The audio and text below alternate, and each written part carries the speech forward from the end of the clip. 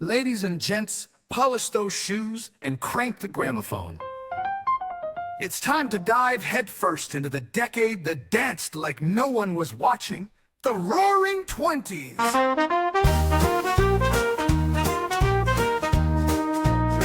we got flappers and fringe and bootleg gin, jasmine blowing as the night rolls in. From Harlem Nights to Hollywood gold, stories untold, scandal and bold. We regret nothing. We're talking swing, we're talking sass, top hats, headlines, and backstage pass. We regret nothing. Welcome back to We Regret Nothing. I'm your host, Sean. Today, we're tuning the dial all the way back to the very beginning of radio entertainment. In this episode, Andrea, Michelle, and I are diving into the first 10 radio shows from our list of the top 20 radio programs of the 1920s. These were the voices, stories, and sounds that filled living rooms, sparked imagination, and set the stage for everything in broadcasting that will follow. We'll debate which ones still hold up, which deserve a spot in history, and start working our way toward the final picks to go into the time capsule. So grab your headphones or your crystal radio set. Let's get started. Welcome, Michelle. Hello. Hello, Andrea. Uh-huh. Okay. So any thoughts in general from either of you about radio shows of the 1920s? Holy hell. I did not like this segment. I don't like this part. Right now, I feel like everything I looked up, I feel like I'm ill prepared for the quiz, the test, the final. I have this nightmare still, and I tried. I couldn't even find it. And there is oldtimeradio.com, and I couldn't even remember what an MP3 real trico. I don't know. Okay. Michelle, anything? I think I have the same feeling. It was very hard to research, and I think that it's not because we couldn't find the recordings. They don't exist. Like there was nobody really recorded it. No, I went to the Internet archives and couldn't. I went to the archives and yeah, I just think that there aren't that many of these recordings in existence. I don't think they ever existed. So for us to try to find them is futile. Information I could have used.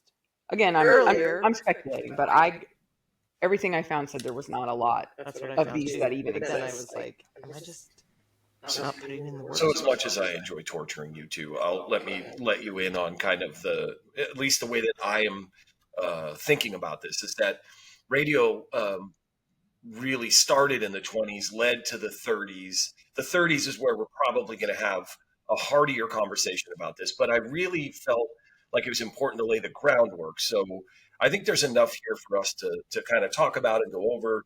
But I really this is going to, like I said, kind of lay the foundation for radio, which leads to television, which leads. So I just feel like we can't not go over radio in the 1920s, even to Michelle's point, even though there aren't any really recordings from radio, not that many radio stations. But let me just go into the history of this. And this is going to be a little bit longer than I like, but it fascinates me and I regret nothing. So listen, in 1897, the Wireless Telegraph and Signal Company was founded in London. And this was founded with the sole purpose of promoting radio, which was actually then known as wireless telegraphy, which was invented by Guglielmo Marconi. Man, why do I do this to myself? But as part of this company's worldwide expansion, there was a subsidiary organized in 1899 called American Marconi. And so the idea here was this leg of the company was going to hold the rights to Marconi patents in the United States and Cuba. In 1912, American Marconi took control of another company that was bankrupt called United Wireless Telegraph Company. And from that point forward, this company was a dominant radio communications company in the U.S. Then, April 1917, the United States enters World War I. The federal government then, the United States federal government, took control of civilian radio stations, almost all of them, to use them for the war effort for communications. Well, that's good. We'll have that for the 100-year anniversary. We can do that again. Although the government planned to restore, this is just going to make Andrea even angrier. Although the U.S. government planned to restore civilian ownership of radio stations after the war ended, the United States Navy wanted to retain a monopoly on radio communication even after the war ended. Contrary to instructions the Department of the Navy had received, the Navy began purchasing large numbers of radio stations in America. The war ends. Congress hears the Department of the Navy's plea, if you will, and they reject the Navy's effort to control the radio industry, and they order the Navy to return the stations to the original owners. Good. Fuck them squids. I knew it. So the Navy, now listen, the Navy was ordered by Congress to do this. And the Navy said, due to national security considerations, they were too concerned about returning high-powered international stations to American Marconi.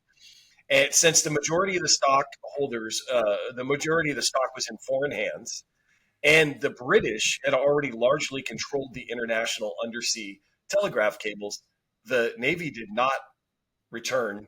They didn't do what Congress said. They did not return the radio stations. Instead, they claiming support from U.S. President Woodrow Wilson, they started to look for an alternative. So now we got a Klan member backing up the squids. They were looking for an alternative that would result in an all-American company taking over the American Marconi assets.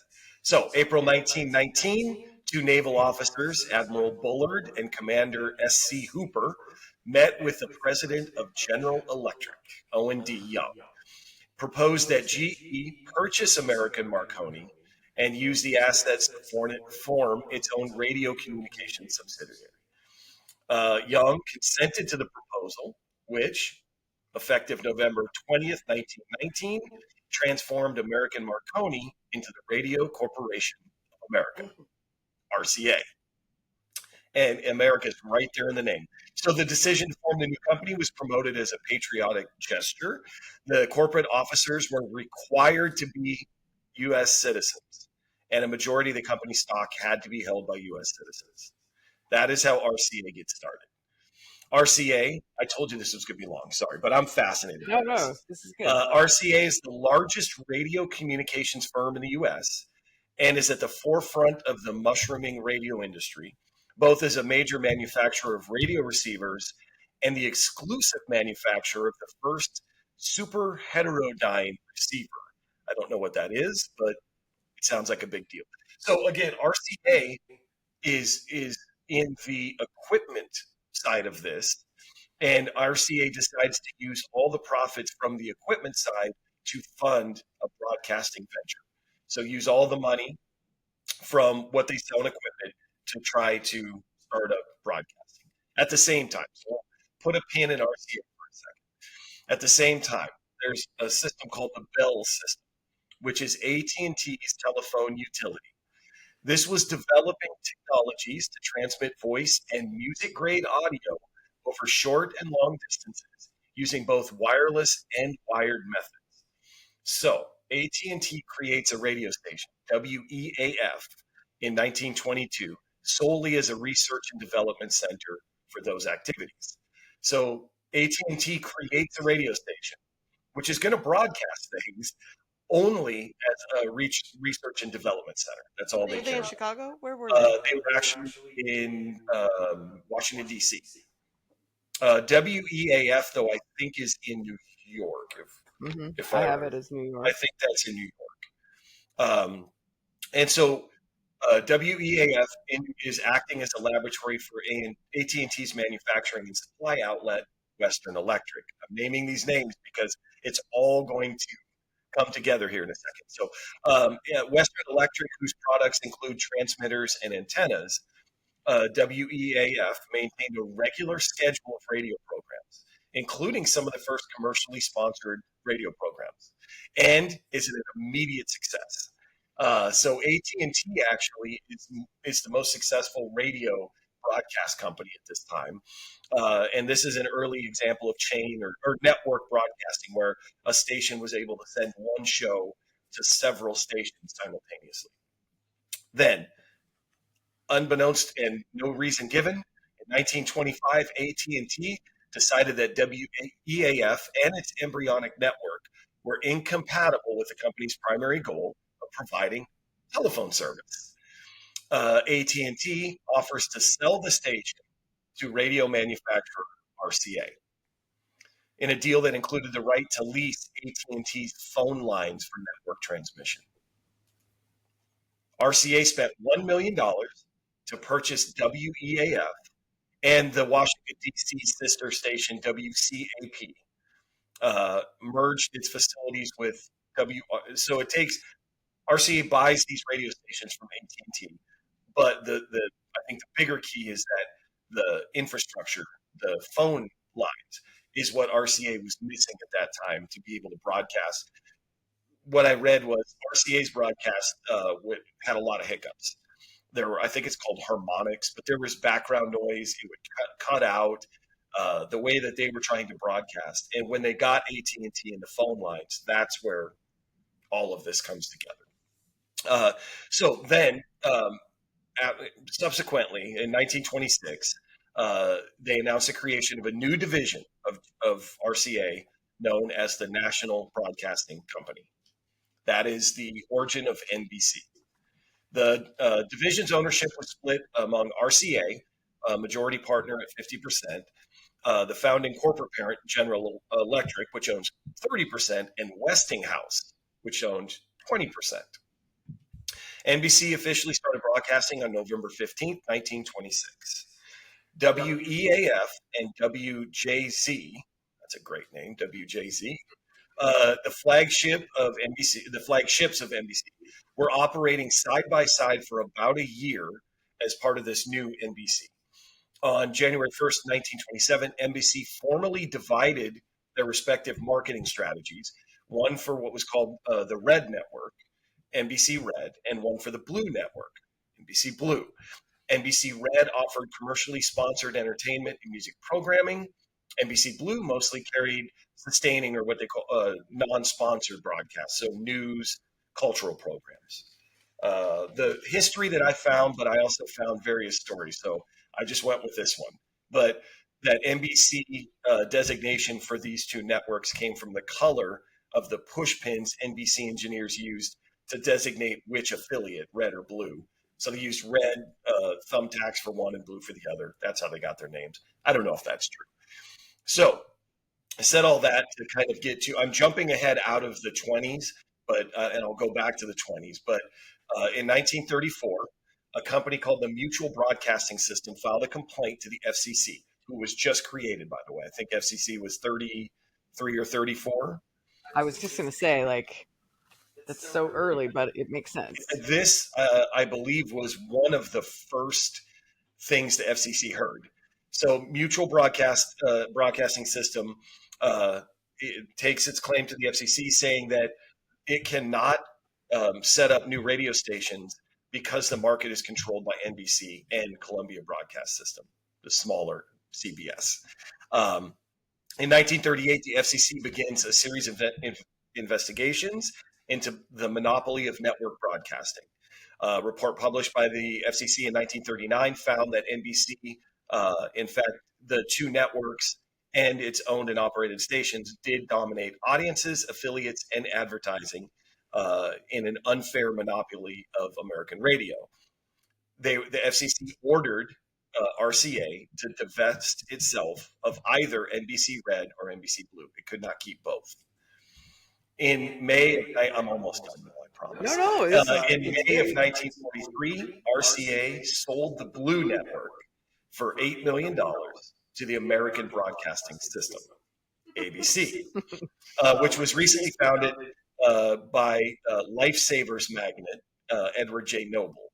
After the sale was complete, on October 12, 1943, Noble acquired the rights to the Blue Network name, all leases on its landlines, the New York studios, 2.5 radio stations. One was in Newark, one in Frisco, and the half was in Chicago. All contracts with actors and agreements with around 60 affiliates. In turn, to comply with FCC radio station ownership limits of the time, Noble sold off his existing New York radio station, WMCA. Blue Network became ABC on June 15, 1945. I said all of that just to really get to, if you think about today, even though, whether it's streaming or TV or whatever, the big three, CBS, NBC, ABC, trace their roots back to the start of radio, trying to dominate the radio broadcasting sphere, and leads to, and the last thing I'll say is there was, I left this out, but NBC Blue, when it was still NBC Blue, their complaint was they were always like the redheaded stepchild to NBC Red. And so it's funny that became ABC. They were like, yeah, you can have NBC Blue. We're going to keep NBC Red. Throughout then the next 20 radio shows, some of them, we'll come back to, they were on NBC Red, they were on NBC Blue, and that might play into this again. So I'm going to take a pause because that was a lot. Any thoughts about any of that? The history part. It was fascinating. I had no idea it all came. I knew that the big three, if you will, had all kind of factioned out of each other, but I didn't know that it all came from the original, the RCA thing, and then not being in the Marconi network. Yeah, Marconi's forced to kind of leave America by the U.S. Navy. Andrea, calm down. I think it's awesome that they came from that and they branched out, and now they're going back into being monopolies and running everything and having megalomaniacal billionaires take over. I like it. I love a full circle story. Well, I mean, listen, again, I'm into history. I'm enjoying this for the history part of this, because I feel like if I don't know and understand history, I'm doomed to repeat it. So I like to. No, I like this. I do. I'm just bitter and tired. And I'm just, yeah. Okay. So we're going to press on. So we're going to start with going through the radio shows that I can find. The first one, and again, in our list of 20, and specifically these 10, they're not in any particular order. The first is the Ever Ready Hour. The Ever Ready Hour was the first commercially sponsored variety program in the history of broadcasting. It premiered December 4th, 1923 on WEAF radio in New York City. See what I mean? So we're coming back to that. But as radio's first sponsored network program, it was paid for by the National Carbon Company, which at the time owned Ever Ready Battery. The host for many years was the banjo-playing vocalist Wendell Hall, who was nicknamed the Red-Headed Music Maker, who wrote the popular "It Ain't Gonna Rain No More." Hall actually was married during an episode of the Ever Ready Hour in 1924. Wait, he got married on the show. People do anything for ratings. Oh my! Like the original Bravo. Oh, I like that. If Andy Cohen played a banjo, but the idea for the program came when the National Carbon Company's George Furness tuned in to WJZ radio. God, that's a great name. Every time I say it, I like it more. But he tuned into WJZ that summer and heard Edgar White Burrell reading Ida Tarbell's "He Knew Lincoln." Envisioning the unexplored possibilities of radio programming and specifically advertising, Furness became the producer and supervisor of the Ever Ready Hour, a show he structured to bring the full spectrum of American culture to the airwaves. That was his goal.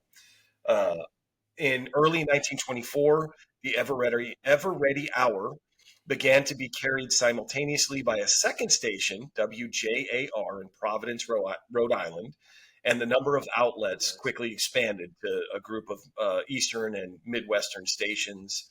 On election night, November 4th, 1924, the program, hosted by Wendell Hall, was carried by 18 stations with Will Rogers, Art Gillum, Carson Robinson, and the Ever Ready Quartet entertaining listeners between election returns, given by Graham McNamee. Joseph Knecht led the Waldorf Astoria Dance Orchestra during the show. Then in 1926, the WEAF chain operations were purchased by RCA, becoming the basis of the National Broadcasting Company in early of 27. Ever Ready Hour continued as a feature broadcast on NBC until 1930. Anything about the Ever Ready Hour? I had in my notes most of what you covered, and it seemed like that this was. So the one thing I wish I would have looked up and I didn't, and this is actually on me, is like how did damn near everyone have radios in their homes, or are we still at the point where that's still kind of new and not as obtainable as, like, do you know what I'm trying to say? Like, Yeah. did everyone have that entertainment in their homes the way we all have I don't cable TV streaming, whatever? think so, just based on like books that I've read, and I don't mean just fiction, but like somebody on the floor had it, like Mr. and Mrs. Yeah, Smith, right. So you and then, go like, down you'd go, the hall to the and neighbors and listen have on a there. listening party. Okay, Like, so a lot that's of those still I've seen. Like, it was still kind of, that makes a sense. luxury from what I've read. Like, Yeah, so and so has a or maybe you'd go to your local or where you could, yeah. tavern or Because whatever. remember, you would have like the displays, and people like when televisions came along. Oh, right, they and would watch go through in the windows. Yeah. Okay, so that's the part I was going to be like, if you had a radio, or if you had access to a radio, but maybe you weren't going to the cinema and you weren't buying records or whatever. Yeah. This was still a form of entertainment that would come that you didn't have to expend outside of Yes. the actual hardware. You didn't have to expend money for. So I'm sure that this show, particularly because it was like there were a lot of one-act plays that they would do, Yeah. right? So it'd be very entertaining to be like, you'd sit down with the family at dinner time maybe and hear a little show. Upper to middle class urban dweller, but by the end of the decade, it had expanded dramatically to include many hardworking families and was growing in rural areas. In the 30s, it does. In the 20s. Oh, okay. So sorry, I should have. At the end of At the end of the 20s, it was okay. more. Yeah. In the early 20s, a new radio, it says, would cost over $200. So $3,000 in today's money. Wow. So that's why I was like, I guess I was curious, like you're talking about the conglomerates and everything breaking up, but like, who was consuming this, right? Yeah. Like if no one could afford a radio, who was consuming it? Yeah, it says mid to late 20s. Decent radio cost around $35, which is still bank. Then, I mean, if you think about it, like, thank you, Herbert Hoover. But it says late 20s crystal radio sets could be built for less than $20. Okay. Sorry, I should have looked that up before. No, that's a good question. That's why I felt bad about not looking it up, because I was thinking about it when you were reading all of that. Like 1% in 23 of U.S. households owned a radio. Okay. 19% in 25 and 40% in 1930. Right. So this show was 1923, right? Is the start of this show. So very few people would have had access to it, yet here we are broadcasting, right? But I think this plays probably to your point about the experimental part of it, right? We're just seeing, can we do this, right? And then by the end of the decade, not only are they doing it, but now they have a mass audience to do it for. Yep. Okay. Yeah, it's a good way to frame this whole thing, actually. That's what I was looking for. See, Michelle? I'm bringing it. Michelle always does. I'm just texting. I felt so Andrea. unprepared. Okay, so number 2. Amos and Andy. Amos and Andy was one of the first radio comedy series, originated from station WMAQ in Chicago. After the first broadcast in 1928, the show became a hugely popular series, first on NBC Radio and then later on CBS Radio. Andrea, was there something you would like to say? Hold. Okay. We are talking about broadcasting.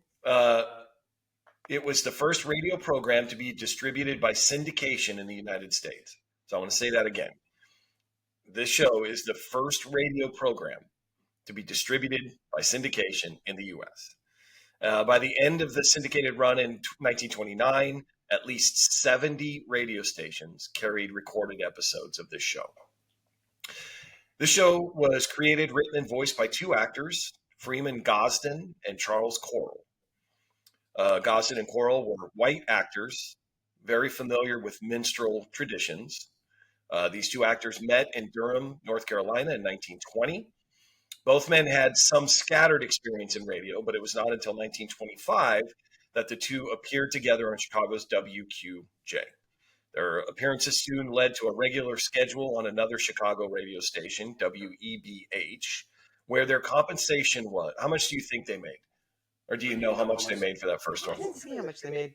Anybody know? I'd say $35. One free meal each. Oh, Each got a free meal. I did read that. I did not read that. So I was just incensed and I skipped over. the pair had hoped that doing the radio, the exposure would lead to stage work. They did not want to work in radio. They were trying to further their stage acting career, but they were able to sell some of their scripts to local band leader Paul Ash, which led to jobs at the Chicago Tribune station WGN in 1925. So this offered enough money. This lucrative offer enabled them to become full-time broadcasters on the Chicago radio station. Since the Tribune, though, syndicated Cindy Smith's popular comic strip, The Gumps, which had successfully introduced the concept of daily continuity in a comic strip, WGN executive Ben McKenna thought a serialized version of The Gumps would work on radio. He went to Gosden and Correll, suggested that they adapt The Gumps for radio. The idea seemed to involve more risk than either one of them was willing to take. Neither one was adept at imitating female voices, which would have been necessary for the Gumps. They were also conscious of having made names for themselves with their previous act. So by playing the roles of characters using minstrel dialect, they would be able to conceal their identities enough to be able to return to their old pattern of entertaining on stage if the radio show proved to be a failure. Instead, they proposed... Is Andrea listening right now? Oh, I'm listening. This is a quote. Instead, the actors proposed a series about a couple of colored characters that borrowed certain elements from the Gumps. This new show, to be called Sam and Henry, began on January 12, 1926, and fascinated radio listeners throughout the Midwest. It became so popular that in 1927, Gosden and Correll requested that it be distributed to other stations on phonograph. This was done in what's called a chainless chain concept that would have been the first radio syndication. WGN rejected the proposal. Gosden and Correll quit the show and left the station. Their last musical program for WGN was announced in the Chicago Daily Tribune on January 29th, 1928. Episodes of Sam and Henry, though, continued to air until July 14th of 28. Correll's and Gosden's characters contractually belonged to WGN, so the pair were unable to use those characters' names when performing in personal appearances after leaving the station. WMAQ, the Chicago Daily News station, then hired Gosden and Correll and their former WGN announcer Bill Hay to create a series similar to Sam and Henry. WGN offered higher salaries as well as the right to pursue their syndication idea. Creators later said they named the characters Amos and Andy after hearing two elderly African-American gentlemen greet each other in a Chicago elevator. Amos and Andy began on March 19th, 1928 on WMAQ, and prior to airing each program, Gosden and Correll recorded their show on a 78 RPM disc at Marsh Laboratories, operated by electrical recording pioneer Orlando Marsh. For the program's entire run, as a nightly series in its first decade, Gosden and Correll provided over 170 male voice characterizations. With the episodic drama and suspense heightened by cliffhanger endings, Amos and Andy reached an ever-expanding audience. It was the first radio program to be distributed by syndication in the U.S. By the end of the run in 29, I already said that part, sorry. Amos Jones and Andy Brown, let's talk about the show a little bit, worked on a farm near Atlanta, Georgia, During the show's first weeks, they made plans to find a better life in Chicago, despite warnings from friends. With 4 ham and cheese sandwiches and $24, they bought train tickets and headed for Chicago, where they lived in a rooming house on State Street and experienced some rough times before launching their own business, the Fresh Air Taxi Company.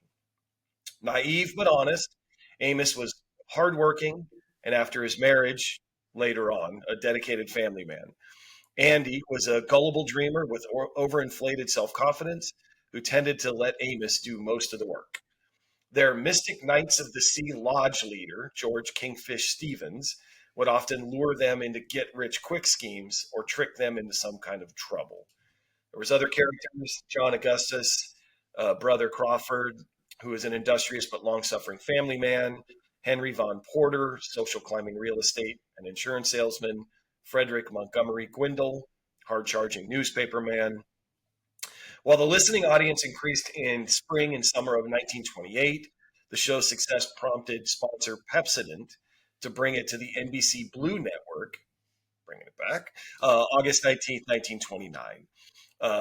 While the Blue Network was not heard on stations in the western United States, after enough listeners complained to NBC that they wanted to hear the show and could not, under a special arrangement with NBC, Amos and Andy debuted Coast to Coast, November 28, 1929. WMAQ, then an affiliate of CBS and its general manager, tried to no avail to interest NBC in letting them pick up the show as well. They said no. Around that same time, the serial central characters, Amos, Andy, and Kingfish, relocated from Chicago to Harlem. So the program was so popular by 1930, NBC's orders were to only interrupt the broadcast of this show for matters of national importance and SOS calls. Coral and Gosden were earning a combined salary of $100,000, which they split 3 ways to include Bill Hay, who had been them since their beginning in radio. Enough from me. Michelle, thoughts? Oh, you're starting with me on purpose. Okay. Dude, So listen, I mean, it's, it's not a great look, right, for 2 white guys, because they are, I'd say, mediocrely famous as just regular radio hosts, to then say, we're going to try this new thing, but to make sure that nobody knows it's us if it shits the bed, we're going to mask ourselves as Black people and take on a dialect. And so that none of that is a good look. Like, we can all agree on that. That said, this was highly entertaining. It was nightly, right? So people really based their not their lives, but they based like Their a nighttime lot, routine. yeah, around a lot of people base their nightly routine around this. Like, we have to have all the chores done, and everybody's got to be ready, and like we're really gonna listen to this. Yeah. Obviously, I have a problem with that. I love that they said that they weren't adept, that their definition, their words, that they weren't adept at doing female voices. I would say they were averse to doing female voices. They did not want. I mean, there's a lot of things wrong with this. What makes you say that part, though? Because they didn't want to do the Gumps because of the female voices. I think that the producer guy from WGN was probably correct. It probably would have translated, that little comic strip probably would have translated very well, and they were characters that people already knew, right, from the comics. It probably would have translated very well, and they probably would have been, let's just say, I don't know, I'm speculating, equally, maybe less, but equally successful doing that. They didn't want to do women's voices because they were men, and whatever implication that meant, right? They didn't want to do that, so they said no. But they had no problem, like zero problem, putting on blackface for posters and appearances and speaking in some gross patois of in the minstrel, whatever, the Ew. minstrel dialect is a really nice, I guess, kind of sanitary way to say that. so I you know have I don't have a bigger problem with them not doing the voices, but it's all bad across the board. All of that said, this was super important. It ran forever till 1948 or something like that, Yeah, And then yeah. jump to or 43, and then was like there was television, and there was like so this has no small impact on this era and this time. Um, but it also like it feels very kind of Laurel and Hardy, but with blackface, Mm. Oh, right? And there was already a Laurel and Hardy, so could they not compete with that? And was that? I mean, I didn't read anything that said that they had any of that in mind. I just like when I think about it, like the interplay between the two of them is kind of very Laurel and Hardy, where Laurel and Hardy seems kind of sweet. This has kind of a little, I don't know, a little stank on it because of the dialect and the subject matter. mm. Andrea, anything to add? Mm. Okay, number 3. Oh yeah, I said I hope these fuckers got shingles. No, I do. You want to know this is, and I know, and I'm probably going to end up voting for it because it is very. I know I'm breaking the rule first today. I'm not saying a word. But as people, yeah, that's all I got. Okay. Number 3, National Barn Dance. So National Barn Dance was broadcast by WLSAM in Chicago, Illinois, starting in 1924. It was one of the first, there was 2, but one of the first American country music radio programs. And as I'll explain later, is a direct precursor to the Grand Ole Opry. But at the time, WLSAM in Chicago had a director named Edgar Bill. And Bill grew up on a farm, lived on a farm, and he knew people loved the familiar sound and informal spirit of an old-fashioned barn dance. So there was a impromptu broadcast of barn dance music, and by Edgar Bill, he just decided to play some of this music on a station he was a director of. And that led to an avalanche of telephone calls and letters to the station, indicating a definitive demand from the public for this type of broadcast, and National Barn Dance was born. So, first real country music radio program, National Barn Dance. Anybody? I just have Grand Ole Opry precursor. That's basically what I have. I could see where people enjoyed this. I mean, where people enjoy. I wouldn't enjoy it, but where people would enjoy it. It includes you, if that makes sense. It's inclusive. Oh, it's inclusive. I mean, it's music that you like. Like, it's gonna get more people in the Midwest listening and the rural areas, like if they can, like, or to gather. Like, oh, these are things about me too. So I could see where this would. I mean, I used to listen to the Grand Ole Opry. I completely understand why this was a thing. This was smart. I mean, this was really smart. So I read that this was one of the first shows that people could literally hear almost all the way across the country. So instead of like we talked about, like there's very New York and Chicago focus, and it probably, again, because it's so early, the broadcast area wasn't as wide. This was one of the first ones that could be heard almost all the way across the country. And it was like Saturday nights, and it ran like it was like 6:30. It was long. I think this is the one that's long. Yeah, it went from 6:30 to midnight. Yeah. Right. So if again, talking about the economics of the time, if you couldn't go out to the dance hall, or you couldn't, right, or you were just having a little, hang out with your friends, like you could throw on the National Barn Dance and there'd be a soundtrack for your whole Saturday night, right? Yeah. You could come and go, you could have a little, dinner party, whatever. And then that it was, people used to wait outside in Chicago in the cold to get in. and it charged an admission fee. Like, it was the first like radio show where you could go to it, but you had to pay to get in, which, smart. Smart.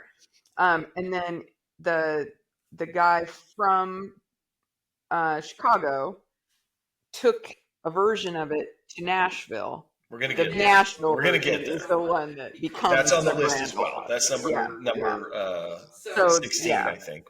So it's directly, it's direct lineage That is makes sense. this, Yeah, but this isn't that. correct. We'll get to Right. that.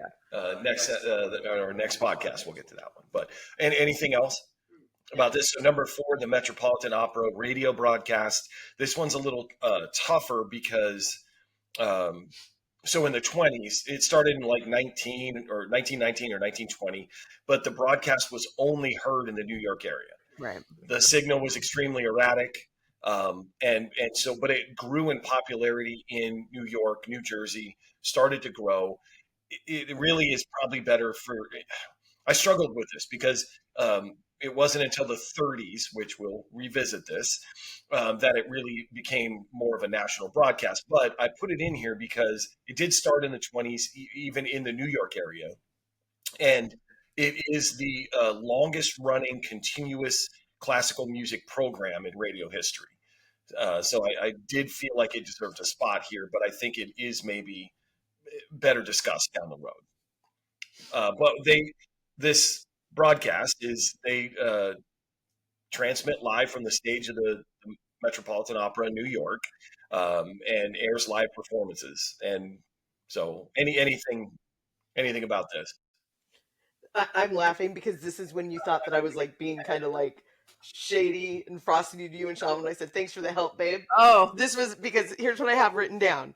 Y'all have to tell me because I can't find Dick.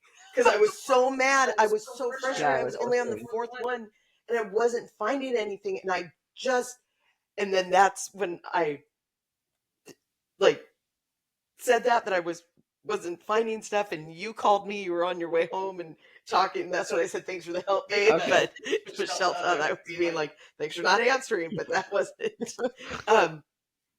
So yeah, this is where, because there was nothing about this, but I would think this would be so awesome if you could hear and now at the time I know pretty much just the New York area, but if you have like imagine Hell's Kitchen or imagine anything, like if somebody's got a radio because it fell off the back of a truck, not saying that like people were, hey, they were a lot of money back then, but imagine like you're It's stereotypical and it's offensive. But imagine like you hear an opera. There's an Italian one. There's like, I mean, there's so many different languages, but you're hearing something sang and performed in your mother tongue. That would be so like, that just makes me get a little weepy to think how awesome that had to have been. I had to go to the Met's actual archives, to the Metropolitan Opera's archives. I didn't think of that. It took me a while to get there because I was also frustrated. I was like, I'm not seeing anything about this. So I was like, well, I was reading some article and it linked out to the Met's archive. So the Met itself has an archive. It's like a library. Yeah. Not with listening, because again, there's not a lot of these to listen to. But one of the things it did mention was, and to your point, was that so they ran Humperdinck's Hansel and Gretel. That's what I thought. So this is where it makes sense, right? For 12 seasons, from 1917 until 1927, because then they banned it because of World War One, because it's German. So they banned it. But when they come back, like when they decide, like, oh, we can do this again, this is the first full broadcast that comes out on the Metropolitan Opera. I mean, it's not an hour, obviously, but they do Hansel and Gretel in German. Like, it's the first full broadcast opera that they do. but they did it on stage for years before they actually recorded it, and then they had to stop in the 20s because of the Yeah. war. Yeah. So Okay. Well, I mean, I'm going to just dovetail this number 5 is the Philharmonic Hour. It's the same thing. Is Philharmonic Hour was available in the New York area, and they were broadcasting New York Philharmonic, London Philharmonic, all of that, but only to that smaller area in the 20s. and then other places did pick that up though and used it kind of as a general name for there, because I also read that like the St. Louis Opera House also, like, they all had their own Philharmonic Hour that was modeled after like the New York one, and the New York one, to your point, was bringing broadcasts recordings from other countries, Yes. but it was kind of like a placeholder name Mhm. for that particular thing. Yeah. So there were other places that did it, but it was not. You're right. It was like to general, like In the little area, areas, right? right? Like Your not local national opera. broadcasts that Correct. Andrea, did you have something else about Philharmonic? Or? I just laughed because I wrote "See Above." Yeah, I mean it's very fitting. The C above. Yeah. 4 and 5 kind of go together. So number 6, the National Farm and Home Hour. This was a variety show that was broadcast in various formats starting in 1928, but aimed specifically at listeners in rural America. It was known as the Farmers Bulletin Board and was produced by the United States Department of Agriculture, with contributions from and the cooperation of various farm organizations: American Farm Bureau, 4-H Club, Farmers Union, Future Farmers of America, the list goes on. The first thing I have at the top of my list is that appearing in the role of the forest ranger in all of the skits was a young Don Amici. So Don Amici appeared in dramatic sketches in the role of forest ranger. With live coverage of livestock expos, harvest festivals, and the most spectacular happenings in agricultural America. The program offered tips to farmers, music and news, plus advice from agencies and government officials. The series first aired on Pittsburgh's KDKA in 28, and then moved to the Blue Network in 29, which right after became ABC. Originating from WMAQ in Chicago, usually heard Monday through Saturday, 12:30 Eastern, under the sponsorship of Alice Chalmers. I don't know why I put that. That doesn't matter. Continued on NBC in its final 3 years from 55. That's in the 50s. Never mind. The last thing, host Everett Mitchell opened every broadcast with his trademark line, "It's a beautiful day in Chicago," which became a familiar catchphrase. So anything about National Farm and Home Hour? No, I just like the that it was like a giant bulletin board. Yeah. I just thought that was a cool concept. So in what could have completely backfired on me, I asked my favorite little old man, Terry, who I work with at the food bank. Terry's 77, Okay. right? And he lives in a rural area now. I know from just talking to him that he lived in a rural area as a kid. And I was like, oh, perhaps let me ask Terry. Smart. So Terry said he didn't remember it by name, but he was like, my parents did listen to the radio to get like real, like the weather report, right? Yeah. And here's some advice for your crops this year. And that's where all of this, because it was originally contracted by the USDA, right, to be broadcast out like a farmer's report to actual farmers, and then they added in entertainment and whatnot, and music, and right. So I thought it was very cute that like Terry was like, yeah, I mean, he goes, I don't know what it was called, right? Yeah, But I suspect maybe it was this or some version of this, because we also have another one that's kind of the same thing. And those same people are probably going to then get down to the National Barn Dance on Saturday night, yes, right? This is true. So This is true. yeah, I'm sure this was very important to people, particularly in rural areas. Andrew? That's it. Okay. Number 7, The Voice of Firestone. That's exactly what it sounds like. This is a commercial-free classical music radio program sponsored by Firestone Tire and Rubber Company. Began on NBC Red December 3rd, 1928 as the Firestone Hour. Program featured prominent classical musicians and vocalists performing with a 46-piece orchestra.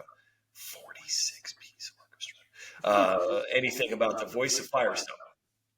I like that Mrs. Firestone had like, well, I don't know. If I didn't like Miss Firestone, I'd be like, meddlesome bitch. But maybe Sorry, I Mrs. would. Doubtfire? What are we talking about? No, but the Veronica, I think it was Veronica Firestone had a front row. Like she was like, we're gonna, yeah. I think I did see let's this. do this and everything. It just seems like she was a contributor, maybe not like running it like where scary, but I don't know. There could be people that, by now we should have at least 1,000 listeners, right?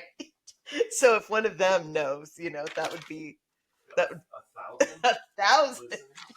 Sean? Okay, sorry. Michelle. This was one of the very, very few so far. Again, I'm not all the way through the list yet, but this was one of the very few that I could find footage on, except I had to like download a real player. Like I was trying to hear MCR for the first time on fucking MySpace with my friend Tom, right? I was like, real player? Is it 1995? I was like, oh shit. I was like, I'm not downloading this real player, but I was so desperate at this point to hear any of this shit. Now I'm feeling bad. Oh my god! Listen, the recording is not great, like as you might imagine. You do owe us drinks. There's like a lot of mental fucking. Good thing there's a bar in this house.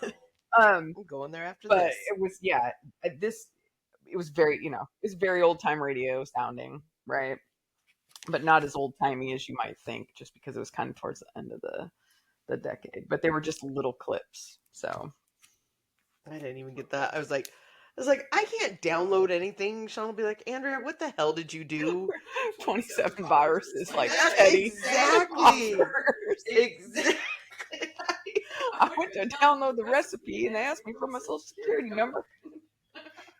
So number 8, the Dodge Victory Hour.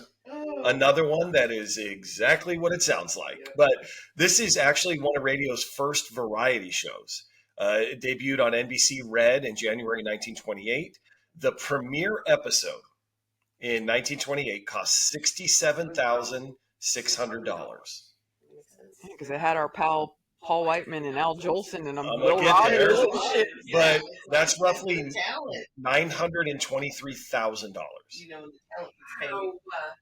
So this show did star Will Rogers, Paul Whiteman, and his orchestra, Fred Stone, Al Jolson, and it in a 47-station coast-to-coast program. So Jolson was in New Orleans, Stone in Chicago, Whiteman in New York. Will Rogers was in Beverly Hills, from his home in Beverly Hills. He did a Calvin Coolidge imitation, which is the first time an American president was ever imitated on the radio. This is all the premiere episode, by the way. Just this, sponsored by Dodge's new Victory 6 automobile. The program reached an audience estimated at 35 million people. This was the largest since Charles Lindbergh's return in 1927. The following day, the New York Times headline said, "All America used as a radio studio." 2 months later, they had their second episode in March 1928. Once again with Hollywood stars, Whiteman's band, and United Artists installed speakers in their theaters to broadcast this show. To Michelle, I wanted to say that to go back to, may not have a radio in your house, but maybe you can go to the movie theater and listen to this over the radio. Anything else, y'all? Could you find that there were ever more than 2 episodes I of could this? not. Okay, because I was like, I only can find the 2. Yes, Okay. I am with you. Okay, good. I'm with you. But it was like a fucking, it was like a radio Zoom call. Like, Yeah. I'm here, and Yeah, I'm here. I'm here. Or like the old, oh my God, Jerry Lewis telethon, like where they'd like, from satellite Yeah. in Las Vegas, Nevada, right? And then Dean would waddle out with a drink in his hand, and then he'd do his number, Yeah. right? And then they'd go back to the tote board, and like, that's Yep. what it reminded me of, at least when I was That reading does. it, because like, everybody was in all the different places, simulcast across the country, that kind of shit. It's like Scrooged when everybody's Oh, being, yeah. John Houseman, John America's Houseman. favorite old fart. Uh, I fucking love Will Rogers. I love Will Rogers. Yep. 35 million. I went with my sister years ago to see the Will Rogers Folly. It was very much written in his voice, and it was Mac Davis played him. Went to the Fifth Avenue Theater, but I have one of the first variety shows. In my opinion, this reminds me of and I believe America loves a variety show. We do. Like 100%. I absolutely. That's all I have. I don't even know if you asked me. I just had to yell out that I love Will Rogers. We love a county fair. We do an award show Variety show. and a variety show. Okay. County So fair. number 9, before I jump into number 9, this I should have said this earlier probably, but in the 1920s, the U.S. Department of Commerce regulated radio broadcasting. So I'm going to let that just think of the U.S. Department of because everything Commerce. was so like So full of ads. well, but it wasn't. That advertising on radio broadcast was not permitted by the U.S. Department of Commerce. Well, and it leads us to, and actually, the Voice of Firestone, the Dodge Victory Hour, the Ever Ready Hour, all of those were called those because they couldn't actually advertise on air. So instead, their name is the name of the show. So you're saying, okay, yep, okay. And they could say Got shit there. like this, right? They could say shit like, coming to you as reliable as an ever-ready battery is Al Jolson, That's not right? a commercial. They're just making a comparison, right? But they would say shit like Yes, yeah. But again, it's right in the title, right? Like, welcome to the Ever Ready Hour. And so there's your ad. But that. And they could say, sponsored by the whatever the oil Yes. company, right? You know, and then leave it there. But then work in shit like that, you know, like the Ever Ready Bunny. yeah, the Dodge Victory Hour or whatever, you know, stuff like that. So that leads us to number 9 directly. So Clickot Club Eskimos, popular musical variety radio show, first heard in 1923, featuring a banjo orchestra, directed by Harry Reeser. Clickot Club was a popular ginger ale and Canada Dry's main rival. Clickot was the name of the Eskimo boy mascot depicted in advertisements and on the product. In the early 20s, Reeser's banjo performances on WEAF in New York were sometimes described by newspaper columnists as sparkling. And this prompted WEAF production manager to approach the Clickot company about sponsoring Reeser's band. The Eskimo theme was carried through the show whenever possible. Band members wore Eskimo outfits when performing before a studio audience, and barking dogs were a component of Harry Reeser's opening theme tune, Clickot. Sheet music illustrations depicted the band performing in frigid far north settings. So they leaned into the. Listen, it's 1920. I understand. A term that you do not use today. Okay, but I'm using it to reference the I know. 1920s. I know. I know. Okay. So the radio program aired on WEAF from 23 to 26, and then in 26 moved to the brand new NBC radio network, where it was heard as a half-an-hour show on Thursday nights at 10 p.m. Just a typical show opening went like this. The announcer, look out for the falling snow, for it's all mixed up with a lot of ginger, sparkle, and pep. And then there's barking dogs and jingling bells.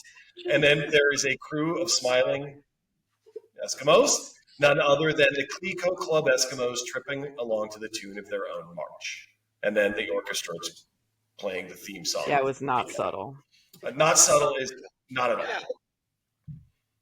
So other than, an outdated term, An offensive term. is there any other thoughts about this? The only other note I have on this is that, so when I saw it on on the list, I was like, I don't know what this is, like, at all. Like, I don't know what this is. And then when I read the part, I thought like it was a club, like a clubhouse, like the Mickey Mouse clubhouse. And then I was like, oh no, they mean like a club soda, like a, got it, okay. So that part, and then that it's referenced in A River Runs Through It. That's the only other note I have. Oh, That whole When the older that brother exchange is horrible. It is. The older brother is trying to tell the flapper girl that he prefers like Louis Armstrong, It was and Aiden Quinn, right? no, it was not Aiden Quinn. I looked this up. It's Craig It's Craig Sheffer. No, A River Runs Through It. I'm sorry, I was thinking Sheffer. Yeah, Craig Sheffer. What happened to that? Okay, anyway, not for this. But then she says, wait for but we're a few decades away. Yeah, but then she says, but my mom loved the Clickot Club Eskimos, and I was like, I guarantee you, when I saw it, that whole conversation, except the Louis Armstrong part, which just went totally like over my head. There's no way I knew what that was. You got me an autographed picture of Brad Pitt in that movie for my 21st birthday. You're welcome, America. She didn't remember that. I do now that you said it. Because I think I had to get it at like a trade show thing. Yeah. I didn't meet Brad Pitt, or I would not be here right now. No, I don't love this concept. And it is because of what it's, but also I'm not and I know it was done in all types of garb and all types of appropriation. How many times that they dressed up these fucking band members in something in these things? But the photos are hilarious. They look so stupid in that fucking gear with their instrument. I'm just saying, that's the part. I'm not saying I know you're not. And it's a costume. I'm not saying that the costume is. I just can't imagine like my band leader coming in and being like, and this week, girl, I need a paycheck. Wrong. Like I need a paycheck. I guess I'm doing whatever. Yeah. I like to stand on my all 10. I get it. Yeah, but damn. Okay. Yep, that's it. Number 10. We're back with they can't run ads, but the show is called the Champion Spark Plug Hour. I mean, we're not hiding from anything here. Champion Spark Plug Hour. What's that? It's the name of the band. That's why I have it in here. This is a music radio program sponsored by Champion. It was broadcast on New York's WJZ in the late 20s, early 30s. The show aired on Tuesday afternoons at 5 p.m. By 1928, they were heard Wednesday evenings at 8 p.m. on the NBC Blue Network. The program featured, what's the name of the band? I'm sorry? The Champion Sparkers Male Quartet. There we go. Which was an orchestra conducted by Walter Gustav Gus Hunkson. He's one of my people. Is that one of your people? Yeah. That's got to be. And anyway, the Champion Sparkers Male Quartet is the wow. And yeah, so again, I'm looking at why I have this quote in here, but this is from the Oswego Palladium Times from Oswego, New York, 1928. The Champion Sparkers will present Ed Smalley, who a singing comedian. I know why. A singing comedian as featured soloist during their program, which we heard from Wham, WHAM. No apostrophe, but and other stations of the NBC system at 8 o'clock tonight. Smalley's numbers include Happy Days and Lonely Nights, All by Yourself in Moonlight, and The Sun is at My Window. So, Sean, was that a plug for the show? Oh, no. Okay, I'll just show myself. Yeah. Good night, everybody. Show's over. I'm sorry, anything other than the Champion Sparkers Male Quartet? And terrible dad jokes. I know. I much prefer the variety shows with the music rather than the racist / colonial shit acts. What am I referencing? Obviously, they worked up my ire. I can tell. I'm not angry. I've just been in a very bad mood for the last 40 years. Okay, so listen, we made it through the first 10 radio shows for the most part. I think, we laid the groundwork historically for radio. Well, in the next episode, we'll go over the other 10. And then again, as we move into the decades, I feel like we'll be referencing these episodes, in the 30s and 40s, and even when we move into television, I think we'll kind of keep coming back to this. Is why I felt like it was worth the time. Oh, for sure. It was. talk And about. thank you for your research. Thank you. I Yeah, mean, seriously, because Sure. I got so lost. We even started this episode today, and I knew that we had both, Michelle and I had the same problems, and you had a couple of things, but I was still like very much like F radio, man. You know me. No, we're getting a real sense of it. Like, and again, I'm dipping way into You shouldn't judge me. the future, but if you watch 30 Rock or anything like that, and they're talking about GE and Westinghouse, and Is it W for wireless? Why is it W? Why is it? I actually don't know why. I don't know why the call sign is a W. It's not always a W, but and whatever happened to We Off? Whatever happened to WEAF? I need to know. Find these things out before the next episode. Okay. Whoa. Okay. Andrea, Marconi played the Mamba. Please listen to the radio. American Marconi. Okay, so that's the end of this episode. If you are still with us, Thank God. Thank you. Michelle wasn't a prude, but Andrea Was a hater. I'm sorry. I hate racism. Wow. Okay, so again, as always, don't forget like, subscribe, follow the show wherever you're taking the show in. Follow us on our socials. Hit us up, give us a comment. Just tell me how I'm wrong I am about all of this. Just remember, we regret nothing. Woohoo.